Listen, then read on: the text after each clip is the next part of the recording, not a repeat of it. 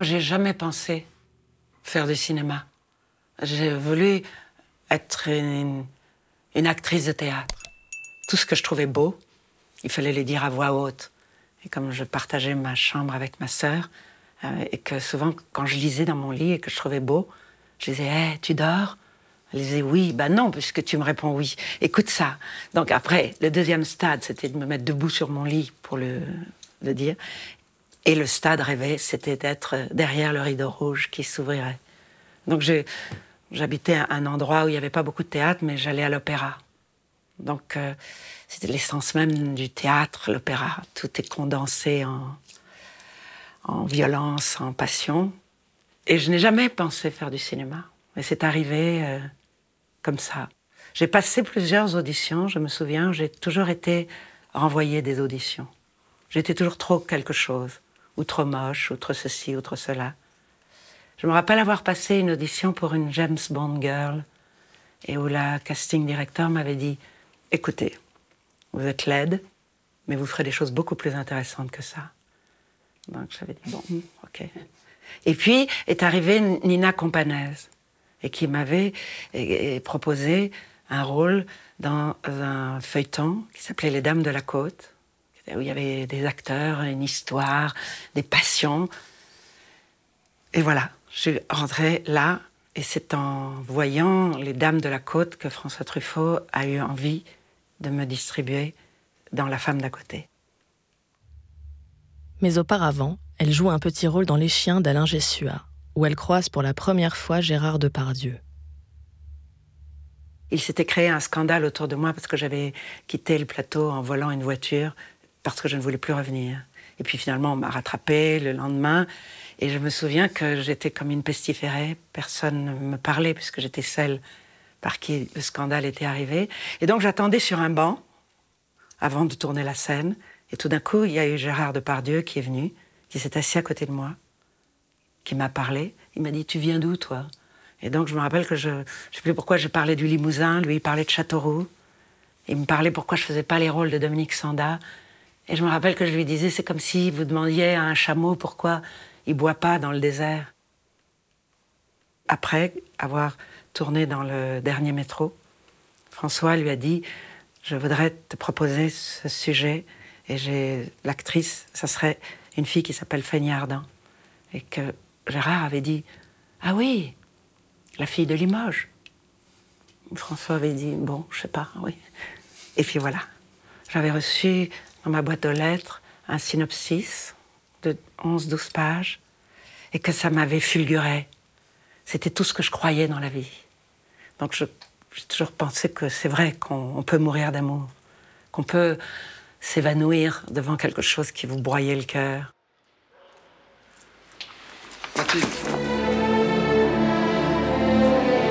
Mathilde.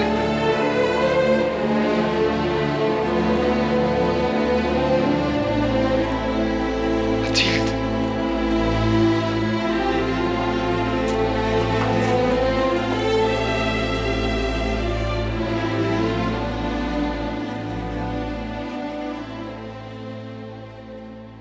Quand j'ai tourné cette scène, avec le regard de Gérard, avec ce côté très réaliste, après avoir fait ses courses dans un endroit tellement prosaïque comme un parking, que le fait de la phrase timide et en même temps le baiser, qu'on ne disait pas encore au spectateur tout ce qui s'était passé avant, c'était magique. Mais comme je ne sais pas parler de cinéma vraiment, je pense qu'après, quand je l'ai vu sur l'écran, parce que vous savez, après, je n'ai plus beaucoup vu les films que je tournais. Mais vous avez raison de dire, avec cette brutalité tout d'un coup de l'évanouissement que rien ne prévoyait, parce qu'on n'est pas dans un roman du 19e où les femmes ont des vapeurs, que c'est brutal presque, et que amplifié, démultiplié par la musique de Delrue, alors ça devenait opératique. Est-ce que vous ne croyez pas aussi qu'on porte tous en nous cette envie de mourir quand il y a beaucoup d'amour? Ça peut être, vous voyez, un truc qui est complètement essentiel, que chacun, le chagrin d'amour ou l'envie de mourir d'amour, on le porte tous en soi depuis allez, on va dire depuis la guerre de Troie. J'étais obsédée, toute très jeune, qu'on réussissait ou on ratait sa vie en fonction de ce qui vous arrivait dans l'amour. Finalement, quand quelqu'un vous parle de sa vie, vous avez remarqué que c'est quand il parle d'une histoire d'amour que c'est intéressant. Comment il se pose par rapport et à l'exaltation ou au chagrin ou à la perte. C'est comme ça que les êtres se définissent, dans ce qu'ils disent de l'amour qui leur a été donné ou qui leur a été repris. Qu'est-ce que ça a fait d'eux? Je me rappelle avoir demandé à François Truffaut, et il disait que si c'était lui ou moi, et il disait les deux. Je pense que François Truffaut s'était mis et dans le personnage de Gérard et dans le mien. Et c'est là où j'ai appris aussi qu'on pouvait être plongé au cœur du drame et de la tragédie, justement en ayant été léger, mobile, pas fixé sur attention, le drame. Que je savais que les larmes étaient très proches du rire. Et que tout avait été dans une sorte de fête. Et Gérard et François et Lubchansky, tous les gens avec qui j'étais... C'est comme si je ne pouvais pas juger de ce film comme d'un film, plutôt comme un moment magique de la vie. Donc c'est incroyable que j'ai commencé par une histoire où tout, ça aurait pu être un testament amoureux, la femme d'à côté, mais qu'après je ne pouvais jouer le rôle de femme qui ne me ressemblait pas forcément, mais que je n'aurais jamais dit quelque chose que je détestais.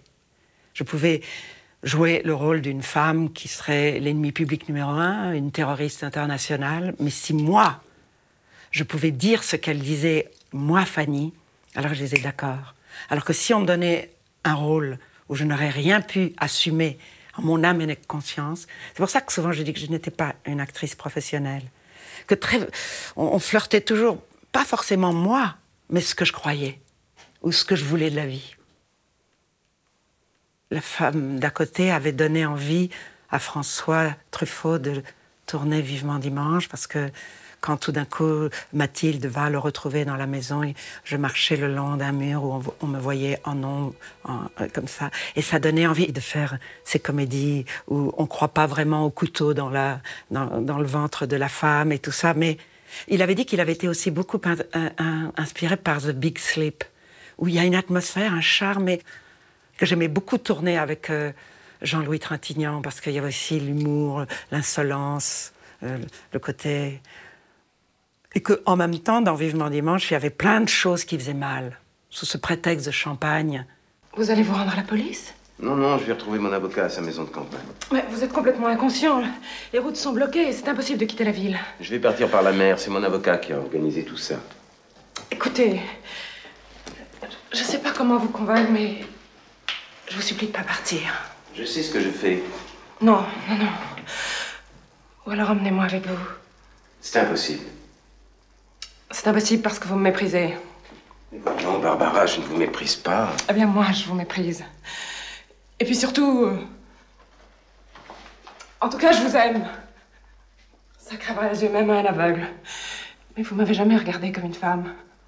Avec vous, si on n'est pas une fausse blonde platinée, avec des faux ongles et des faux cils jusque-là, il faut pas espérer un regard.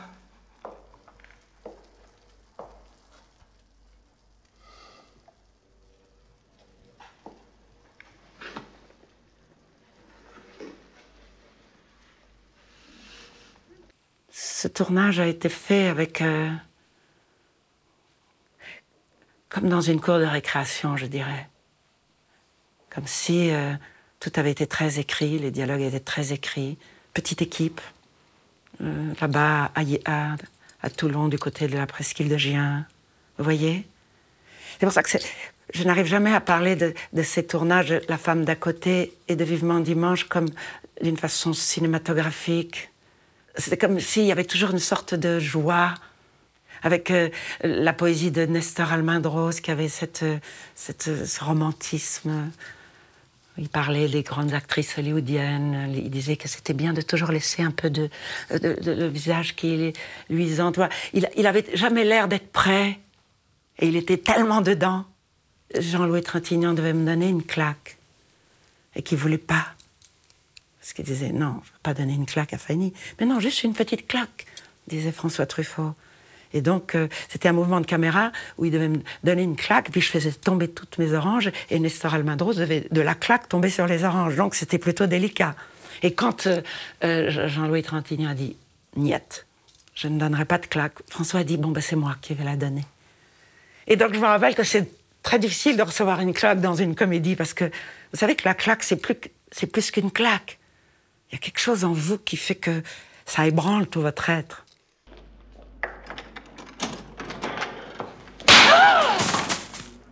Les films de François Truffaut lui accordent une notoriété qui ne sera plus jamais démentie. Elle enchaîne alors les films et les rencontres.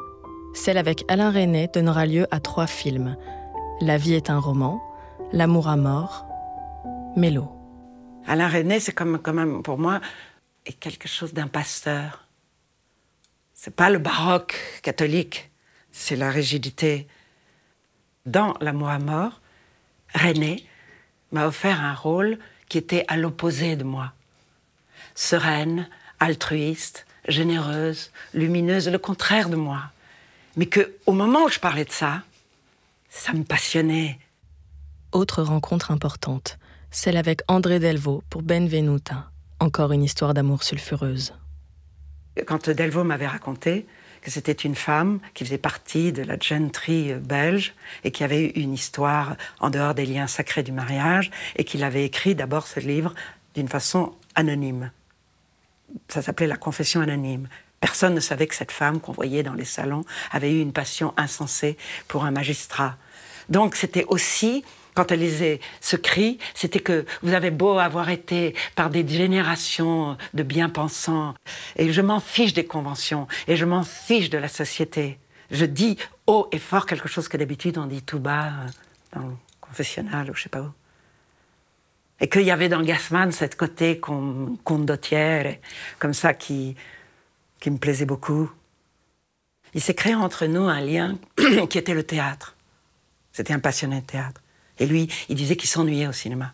Une des premières phrases qu'il me disait, tu sais tes lignes ? Oh. Et alors, parce que d'un dernier, on ne va pas perdre son temps pour quelqu'un qui va bafouiller ou on va être obligé de refaire des prises. Lui, c'était faire du théâtre. Et puis après, dans la vie, j'ai eu des moments très difficiles dans la vie où lui, il m'aidait. Mais d'une façon comme un gentleman, pas comme ça, gnangnan. Et puis lui, tout d'un coup, il a eu des moments difficiles. Donc c'est comme si la vie nous avait donné à chacun des deux. À un moment, j'étais son tuteur. À un moment donné, il était mon tuteur. C'était un séducteur, mais timide. Comme si il avait toujours enfermé dans cet homme, comme ça, le garçon de 15 ans. Et que Ettore Scola, par exemple, l'aimait beaucoup. Parce qu'on riait beaucoup, très cultivé. Et très mélancolique par rapport à la mort qui viendrait. Et moi, je me rappelle qu'il parlait tout ça. Mais je disais, mais n'y pense pas. Donc il était trop intelligent. Il était trop conscient de tout. J'ai beaucoup, beaucoup aimé Vittorio. En 1986, elle explore de nouveaux territoires en acceptant une comédie. Conseil de famille. Et pas de n'importe qui. De Costa Gavras. C'est la première fois que je jouais à quelque chose de léger, finalement. Que j'étais ce chef de gang, que j'étais le cerveau de la famille, que ça me plaisait aussi, tout ce qui est contre la société. Le film n'avait pas eu de succès parce que comme si on l'avait vu abonné à des films politiques qui dénonçaient X, Y, Z, et d'un seul coup, c'était une comédie, mais un peu plus comme ça, qui sentait le soufre. Mais moi, je me rappelle avoir beaucoup, beaucoup aimé Costa, comme metteur en scène. Une sorte de grande passion de ce qu'il faisait. Quelqu'un de passionné. Moi, j'aime les metteurs en scène passionnés. Et Johnny Hallyday, ce garçon, léger et tendre en même temps, modeste. Parce que je me rappelle qu'il avait le trac. Et moi, je lui disais, comment tu peux avoir le trac alors que tu chantes devant des gens, 20 000 personnes? Et alors, c'est ça qui me plaisait. Il n'était pas conscient de lui. Je me rappelle qu'on était allé tourner dans le midi de la France et qu'on avait fait un voyage en voiture de Paris à Juan-les-Pins. Et qu'on s'était arrêté dans un bled pour dormir. Et puis que Johnny disait, je suis un petit peu barbouillé ce soir, je vais dîner léger. Puis on s'arrête dans un restaurant.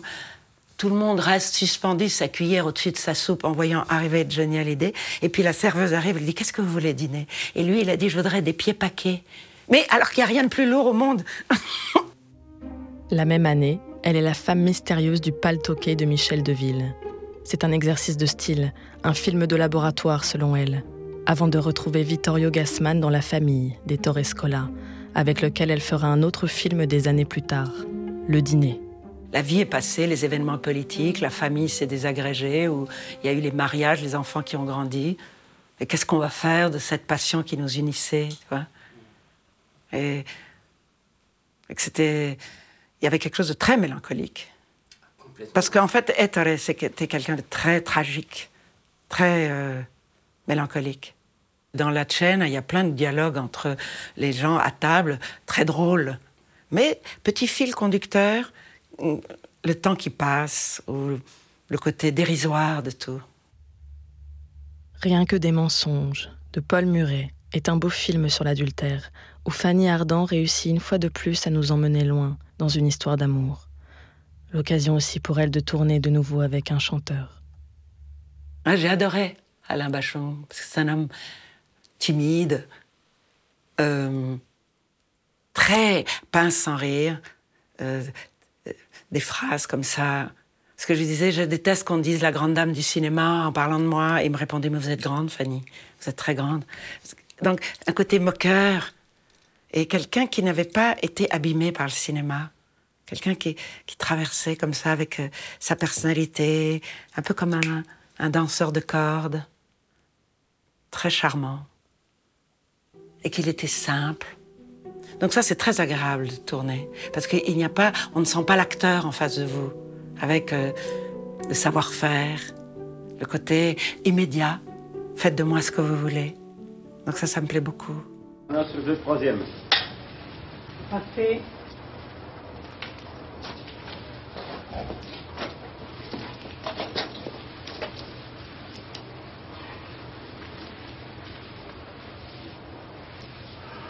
Coupé.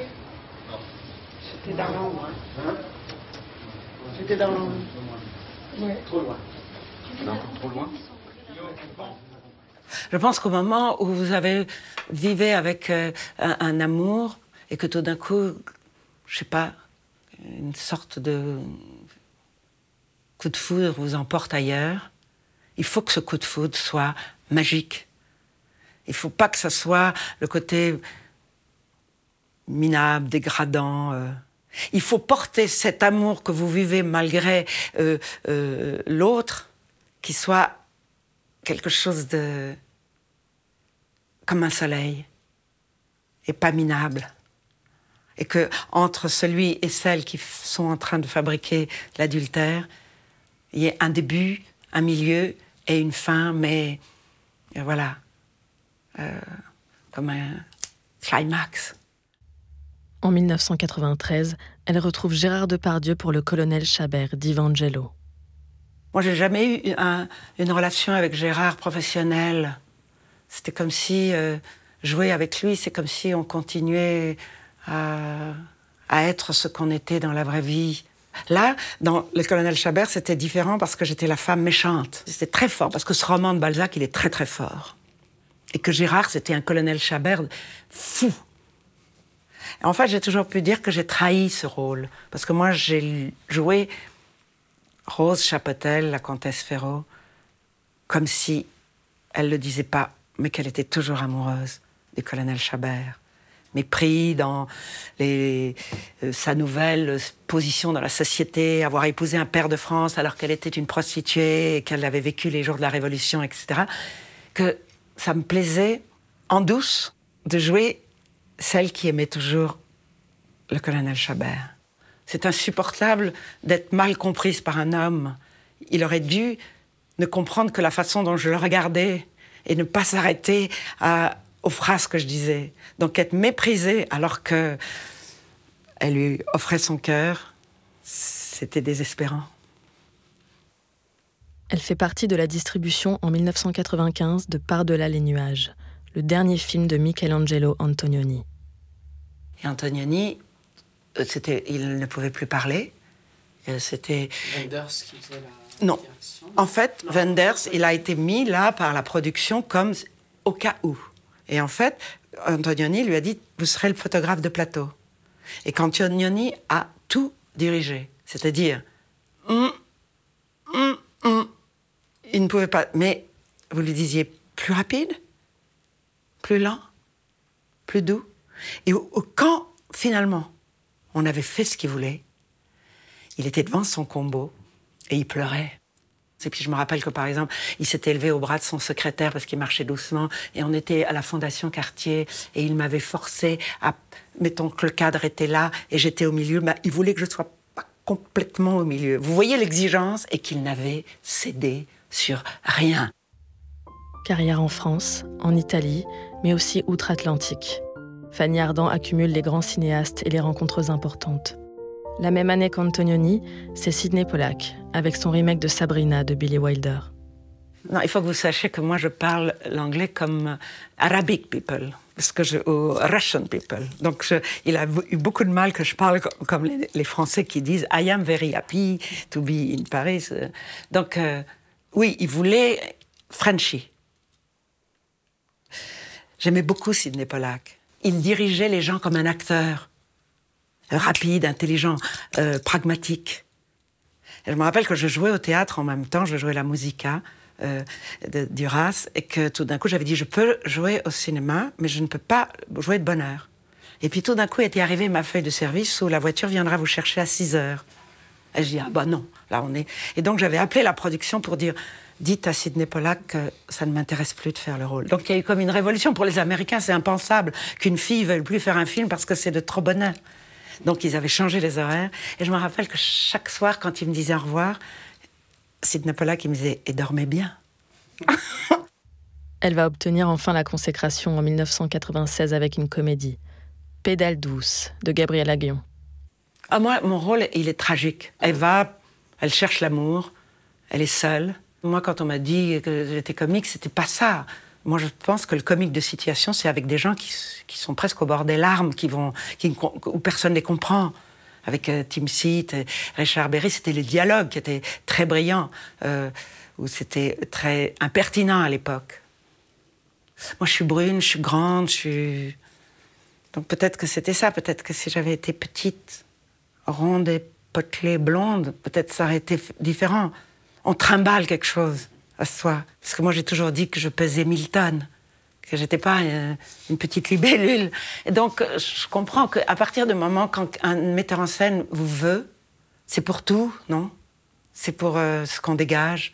Et que s'il a voulu me faire un carnet Eva, c'est qu'il savait aussi que j'avais une partie de moi sombre. Le générique de fin de Pédale douce est irrésistible. On quitte nos 3 comédiens chantant du Mylène Farmer dans une voiture. Ils acquièrent alors un capital sympathie qui contribuera au succès public du film. Puisqu'il faut choisir un mot doux, je peux le dire. Sans contrefaçon, je suis un garçon. Et pour un empire, je ne veux me dévêtir. Puisque sans contrefaçon, je suis un garçon. Tout seul dans mon placard, les yeux fermés de noir. À l'abri des regards, je défie le hasard. On chantait, qu'on faisait les idiots, que justement il y avait quelque chose de difficile pour que tout le monde soit plus sérieux qu'on ne l'était vraiment. Donc, et puis c'était presque, on l'a tourné à la fin, vraiment dans le sens... donc ce tournage avait été gai, très gai. Donc quand on riait en chantant cette chanson, c'était nous 3.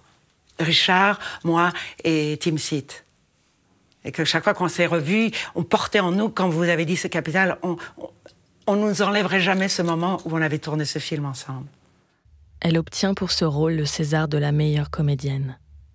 Les récompenses, il faut les prendre d'une façon très enfantine, comme une glace, comme un gelato. Non, qui n'aime pas une glace pendant que ça dure 10 minutes? Mais c'est magnifique, et puis on a aussi la glace. Mais que c'est éphémère, qu'il faut prendre ce moment justement comme une jouissance éphémère. Ridicule de Patrice Lecomte se penche sur la joute oratoire de salon qui permet de se hisser dans la société au XVIIIe siècle. Ce scénario fait la part belle aux bons mots. Et Fanny Ardant s'en donne à cœur joie. La cour du roi, à Versailles, c'était ce côté où tu étais blessé, mais tu ne le montrais pas, où tu étais très attiré par quelqu'un, mais tu ne le montrais pas complètement. Tu n'étais pas dans l'aveu, tu étais dans le jeu. Et quand vous lisez Marivaux, c'est exactement ça. Mais ça fait beaucoup de mal, parce que dans le marivaudage, peut-être que celui que vous aimiez, il n'aura jamais compris que vous l'aimiez vraiment. Donc, on joue avec le feu. Moi, je préfère jouer un personnage qui cherche à séduire que qui cherche à éloigner de soi. Il a une grande élégance de la vie. Il est toujours humoriste, avec un petit sens de l'humour, mais en même temps une fêlure. Donc ça me plaît toujours de rencontrer quelqu'un, un grand gentilhomme comme ça. Et il aime faire ce métier. Fanny Ardant ne quitte plus le costume. Après avoir incarné Marie de Guise dans Élisabeth de Shekhar Kapur, elle persiste dans le film d'époque avec Le Libertin. Et que je retrouvais Gabriel Aguillon, donc toujours c'est bien. Un film, peut-être, c'est pas assez pour se connaître. 2, c'est bien. Dans Le Libertin, elle pouvait parler comme moi parce que c'était ce qu'elle croyait. Et que peut-être à ce moment-là, le pouvoir de l'Église, etc., le pouvoir de la tradition, il faut toujours penser esprit libre, de ne pas se laisser entraîner par la mode de la pensée, le mouvement dominant, que tout ça est très dangereux pour la pauvre liberté que nous avons pendant quelque temps. Action. J'ai refailli perdre pour les femmes. Oui, mais il est marié. Il ne serait pas le premier. En plus, sa femme ne me paraît guère satisfaite puisqu'elle se fait renverser par tout ce qui possède une queue et même par ce qui n'en possède pas. Comment savez-vous cela? J'observe. Truffaut disait de Catherine Deneuve qu'elle amenait une part de mystère, et moi je trouve que Fanny Ardant amène une part de romanesque. Il a une fêlure en lui, Gabriel Aguillon. Il a aussi passé des moments difficiles. Donc c'est jamais juste la fête.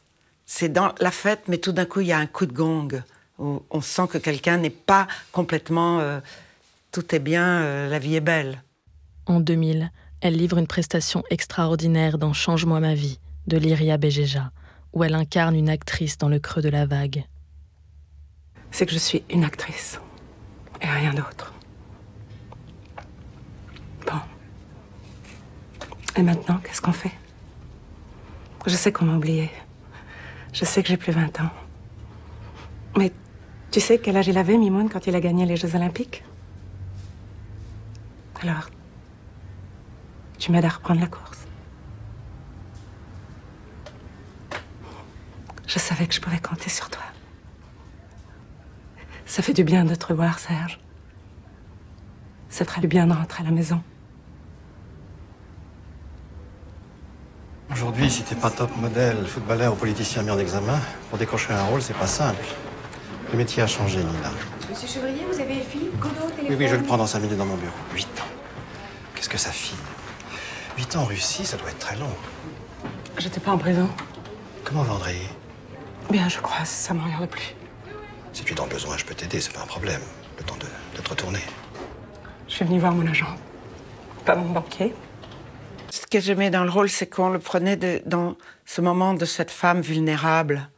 Parce que sans amour, sans travail, sans succès, comme si devant, voilà, l'état des lieux. Et que petit à petit, à travers une histoire d'amour, elle veut bien revenir au théâtre, mais pas à n'importe quel prix. Elle a gardé intacte, en fait, cette lumière qu'elle a en elle, et pour l'amour, et pour le théâtre. Votre CV s'arrête à 92. Qu'est-ce que vous avez fait depuis? J'ai joué en Russie, j'ai travaillé avec Andrei Ossiani. Mais qu'est-ce que vous avez fait de contemporain? Vous connaissez l'univers de Coltès? J'ai pas joué Coltès, mais Genet, Les Bonnes, Duras, La Musicale, le Square. Oui, c'est bon, merci, ça ira. Je la trouve grande. Elle a des talons. Vous mesurez combien? 1m75. Et puis j'ai peur qu'elle ne soit pas assez banale. Je peux être très quelconque, vous savez. Hein. Je peux même passer inaperçue. Puis le matin, quelquefois, je peux être très très laide. Et quand j'ai pas dormi pendant 3 nuits, je suis carrément un monstre. Bon allez, prête pour la pro? Vous entrez dans une chambre à gaz. C'est toujours intéressant de jouer le rôle d'une actrice. Parce que c'est vous, et ce n'est pas vous. Parce que les vies de chacun ressemblent à celles de personne. On a tous des itinéraires différents. Il y a ceux qui ont leur climax à 15, 18 ans, et puis il y a ceux qui ont leur climax à 50 ans. Donc, il n'y a pas de règles à suivre, il n'y a pas de recettes. C'est comme ça. Et donc, l'idée de ne plus être voulu, c'est comme si c'était... On passe son temps à répéter ça. On passe son temps, c'est comme une mise en abîme de la propre vie. C'est comme si on sait que dans la vie, les choses vont vous être retirées une par une. Et que ce que j'aime dans le métier d'actrice, c'est qu'il n'y a aucun acquis et aucun droit. C'est que sur le désir de l'autre. Et que moi, curieusement, comme actrice, je n'ai jamais voulu susciter le désir de l'autre. C'est-à-dire en lui demandant « j'aimerais bien tourner avec vous ». Je voulais pour que tout soit magique, que je n'ai pas vu d'où arrivait le coup. Je n'ai pas vu d'où arrivait l'offrande. Alors que si j'avais managé je ne sais quelle stratégie, si j'avais fait en sorte que ça m'arrive, ce moment de jouer ce rôle, eh bien, c'est comme une histoire d'amour. Ce serait un peu terni. Alors, ce que j'aime dans ce métier, c'est qu'une minute avant, il n'y avait rien. Une minute après, il y avait tout. Que surtout, moi, je suis hantée par cette chose, mais depuis tout le temps. Par le côté éphémère des choses. Donc, c'est pour ça que je vous dis toujours, ce que moi j'ai privilégié, c'était le moment présent. Parce qu'après, c'est que transit. Vous ne savez pas le destin des films, vous ne savez pas l'effet... Tu vois, rien ne dure. Que ce moment où vous avez fait les choses comme l'artisan. Déjà initiée quelques années plus tôt au théâtre avec Masterclass de Terrence McNally, la rencontre avec Maria Callas se poursuit au cinéma, avec Callas Forever de Franco Zeffirelli. Nouveau rendez-vous entre deux artistes. Mais que j'ai compris que c'était l'artiste absolu. Et moi, justement, l'artiste absolu, c'est celui qui cherche l'absolu. Celui qui dit, tu sais, 20 fois sur le métier, remettez votre ouvrage. Au-delà de ça, de la chanteuse d'opéra, je voyais l'âme de l'artiste. Celle qui disait, on devrait considérer tout ce qu'on fait comme une répétition de ce qu'on va refaire mieux la prochaine fois. Vous voyez ce que je veux dire? Et que souvent, dans le film ce que j'avais aimé dans le film de Zeffirelli, qui était une fiction, plutôt que de faire un biopic avec l'histoire, la fille avec la valise en carton, et qui est grosse, et qui maigrit, et qui a du succès, qui épouse un naziste, où ça n'a strictement aucun intérêt, et que c'est comme une injure à Maria Callas, à l'âme de Maria Callas, qu'au fond, le film de Zeffirelli s'était montré que elle voulait bien rentrer dans ce jeu de faire ce film, mais que tout d'un coup, elle s'apercevait qu'en prenant la voix qu'elle avait eue autrefois, mais qu'elle n'avait plus, on lui demandait de faire un film sur une fraude. Et qu'elle disait, si j'ai eu une qualité dans ma vie, c'est que j'ai été honnête. Et il y avait quelque chose de douloureux, parce que je me disais, je ne serai jamais Maria Callas. Et que je fais une actrice beaucoup plus inférieure à elle, qui joue elle. Vous voyez ce que je voulais dire quand je voyais? Maria Callas, c'était quelque chose d'extraordinaire. Donc, la mise en abîme, elle était douloureuse. Et qu'en fait, la seule chose qui m'avait guidée, c'est d'écouter quand elle chantait. Vous savez, quand vous mettez des écouteurs et que vous entendez le moindre respire, c'est-à-dire le cœur, cette espèce de truc qui est au fond de vous-même, et ce qu'on appelle comme un peu le sanglot. La chose, on sent qu'elle préfère un son moins bon, mais un son qui épouse la douleur de l'âme. J'ai beaucoup appris avec cette femme, beaucoup.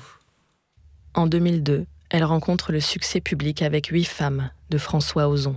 Moi, ce que j'ai aimé en lui, c'est qu'il savait exactement ce qu'il voulait. Il savait aussi quelle était la charge explosive de faire travailler 8 actrices ensemble. Donc ça, j'ai beaucoup admiré.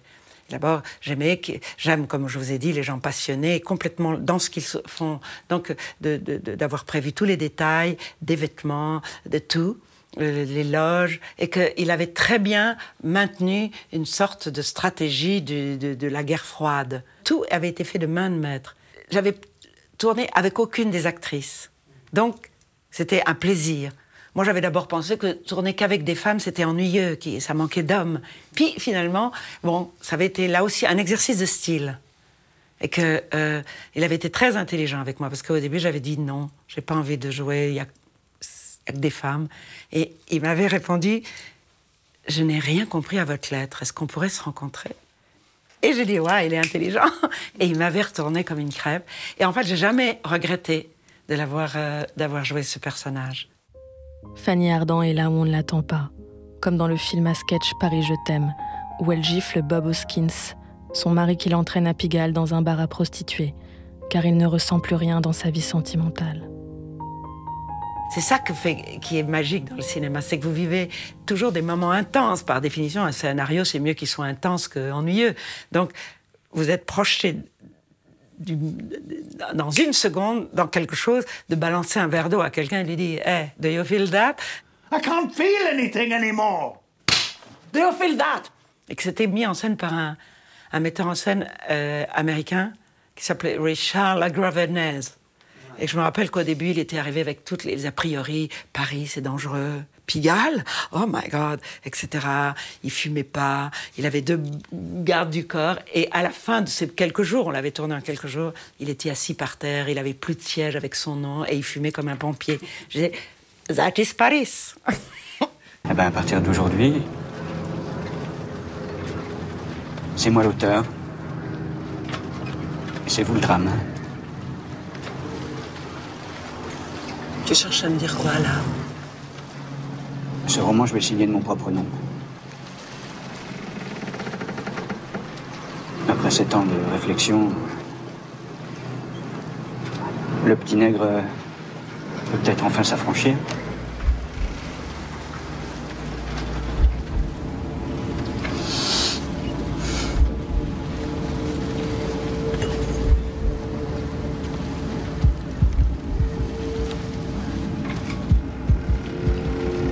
Ça faisait très longtemps que Claude Lelouch n'avait pas tourné un scénario écrit.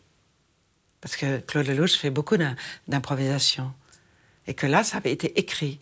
Et que dès le départ, il m'avait dit, est-ce que vous pouvez garder le secret? Qu'en fait, c'est moi qui vais faire le scénario, qui va être metteur en scène. Mais comme les journalistes ou je sais pas quoi me règlent mon compte avant même que le film soit sorti, je serai Hervé Picard. Et je me rappelle que j'étais chez Armédia à l'époque et j'avais dit, je vais faire un film d'un metteur en scène qui s'appelle Hervé Picard. Et qu'on m'avait répondu, ben, franchement, vous faites vraiment n'importe quoi. Et je disais, oui. Et que moi, ce que j'aurais aimé, c'est que... Mais après, quelqu'un a mouillé la poudre, parce que pendant longtemps, tout le monde a cru que c'était Hervé Picard. Alors on disait, mais qu'est-ce qu'il fait, le louche, sur le plateau? Mais oui, il est plus ou moins producteur, donc il vient balancer un peu des trucs. Et moi, ce que j'aurais aimé, c'est qu'il aille dans n'importe quel festival et qu'il monte un peu comme l'histoire d'Émile Ajar. Hervé Picard, c'est moi. Tu sais que t'es vraiment imbuvable quand t'as bu. Pas mal. Je vais le noter, tiens. Moi, j'ai pas besoin qu'on m'aime. J'ai pas besoin qu'on aime mon personnage. Parce que, comme je disais, je pouvais jouer l'ennemi public numéro 1 ou une terroriste. Si moi, je sens que je peux rentrer dans cette femme, parce que c'est comme les chiens, je la comprends, je vois de quoi c'est fait. J'ai pas besoin que ce soit une reine de vertu, j'ai pas besoin que ce soit une bonne citoyenne. Je peux jouer quelqu'un de très négatif, justement, dans ce côté, la jouissance du noir, tu vois. Fanny Ardant ne se contente pas de jouer dans des films. En 2009, elle passe à la réalisation avec Cendre et Sang. Suivront en 2013 Cadences obstinées et Le divan de Staline en 2016. Des films singuliers où la réalisatrice est tentée par la question de la liberté au sein de la famille. C'est vrai que moi, la liberté, ça a été un des trucs très très jeunes. Et que aussi, un des leitmotifs de ma vie, dans la vraie vie, je veux dire, pas avoir peur. Quand j'étais une enfant, j'étais tellement heureuse dans ma famille que ça me faisait rien de rester vieille fille et de manger du chocolat jusqu'à la fin de mes jours avec mes parents. Donc, pour montrer que je ne suis pas née dans une famille à la schlag. Je ne pourrais pas écrire une comédie ou je ne pourrais pas écrire quelque chose de léger. que j'aurais... En fait, toujours, on dit les choses pour échapper à la souffrance. Et que j'avais en moi des images. C'est-à-dire que chaque fois que j'écrivais pour le cinéma. Je n'écrivais ni pour le roman, ni pour le théâtre. Que je le voyais en images. Et qu'après, c'était comment, ça me plaisait d'aller à la recherche des lieux, après d'avoir des conversations avec le chef opérateur, d'être dans aucun courant de pensée, de ne pas vouloir faire œuvre novatrice, de raconter une histoire. Dans les beaux jours, elle nous offre la sérénité d'une femme de 60 ans qui s'ouvre de nouvelles perspectives de vie. Qu'est-ce que j'en fais de cet état des lieux? Tu es à la retraite, tu veux plus être dentiste à Dunkerque, et puis on la met dans une sorte de club de 3e âge, où il y a des mémères qui font du yoga, etc. Qu'est-ce que tu vas faire de ça? Et puis, une sorte de vitalité, et ce type qui est un sex addict, tu vois, une sorte d'appétit de vivre qui ne rentre pas dans la case des beaux jours, et les voyages pour seniors, et tout ça, et qu'au fond, toujours dans ces vitamines du social, font qu'elle se rend compte que l'homme qu'elle aime vraiment, c'est son mari. C'est ça qui était bien. C'est-à-dire dans une sorte de dérive, dans cette liaison avec ce type qui pourrait être son fils. Tu vois, elle n'a pas pris de risque. Elle a pris tous les risques. Et quand elle le voit dans l'aérodrome, qui part avec une fille... Qu'elle prenne ma place. Oui, pas dupe. Comme si dans l'âge, il y avait quelque chose. Peut-être une intelligence des choses, mais toujours une sorte de goût de vivre. Elle peut prendre ma place. Quoi? Qu'elle prenne ma place, je te dis. C'est très bien. Je comprends pas ce que tu dis. T'inquiète pas. Moi aussi, je me suis fait une copine. C'est très bien comme ça, non? J'ai envie d'entrer maintenant.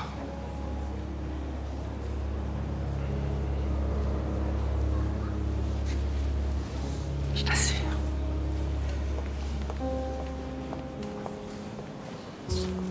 It's my girlfriend and she's telling me that she doesn't want to go anymore.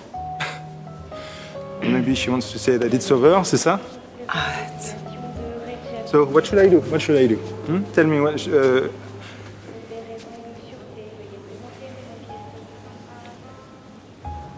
Ah, tu vois, je te l'avais dit. Plus un homme ou une femme est un vieil homme indigne ou une vieille dame indigne, et plus ça donne envie de vivre. C'est-à-dire qu'elle ne rentre pas dans le cliché de l'itinéraire bien fléché. Tu vas faire de la poterie, tu vas apprendre à manger bio, ils en foutent tout ça. Ces dernières années, elle s'illustre dans des comédies françaises où elle peut exprimer toute sa fantaisie. Dans Chic, j'étais une styliste un peu pic-pic. Et puis dans Ma mère est folle. Donc une sorte de plaisir absolu, comme je vous disais au début de notre conversation, de jouer un rôle, d'être sur un plateau avec quelque chose qui m'amuse. Là, il n'y a pas de souffrance, il n'y a pas quelque chose de vital à raconter. Mais voilà. En même temps, je me souviens que dans Ma mère est folle, celle qui avait la vraie liberté, c'était la mère. Mais Maman, qu'est-ce que tu fais là? Non, toi, qu'est-ce que tu fous là? De quoi? J'ai pas le droit de faire du tourisme. Mais du tourisme de quoi? T'as vu où on est là? Tu vas te sentir bête, hein, Baptiste. Ouh là là là là, tu vas te sentir bête. Tu sais qui a habité cette maison? Anne Frank, figure-toi.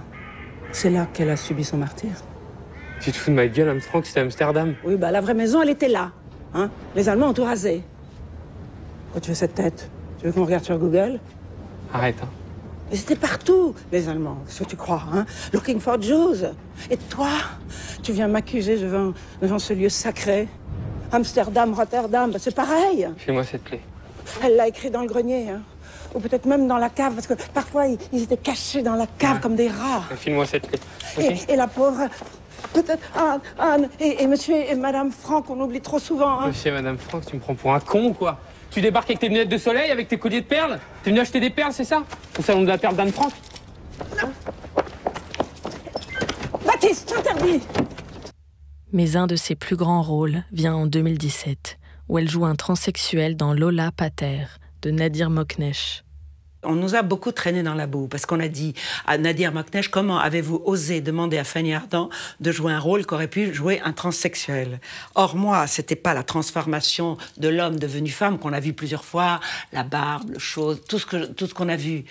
C'est le rapport du père au fils. Et comment un homme qui dit à son fils, écoute-moi, je suis ton père, et que c'est ça le vrai truc.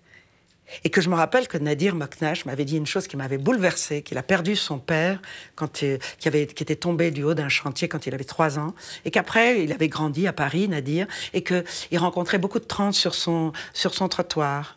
Et puis même un jour un transsexuel lui avait dit « Je peux monter chez vous pour regarder la télévision parce qu'il va y avoir le procès Barbie », et qu'ils étaient devenus très amis. Et que tout d'un coup il s'était posé la question « Et si mon père était revenu en me disant « Écoute, voilà, je suis comme Dalida », il aurait préféré avoir un père qui était devenu une femme que pas de père du tout. Il faut qu'on se parle. Pour me dire quoi? Vous êtes sa femme, sa sœur peut-être? Ni sa femme, ni sa sœur, c'est moi. Je suis Farid, ton père.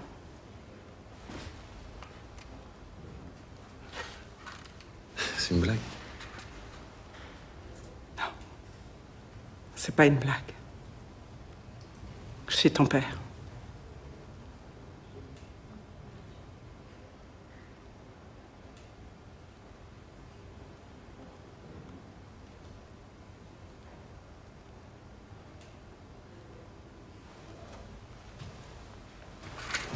Franchement, je sais pas ce qui me retient de fracasser la gueule. Malade.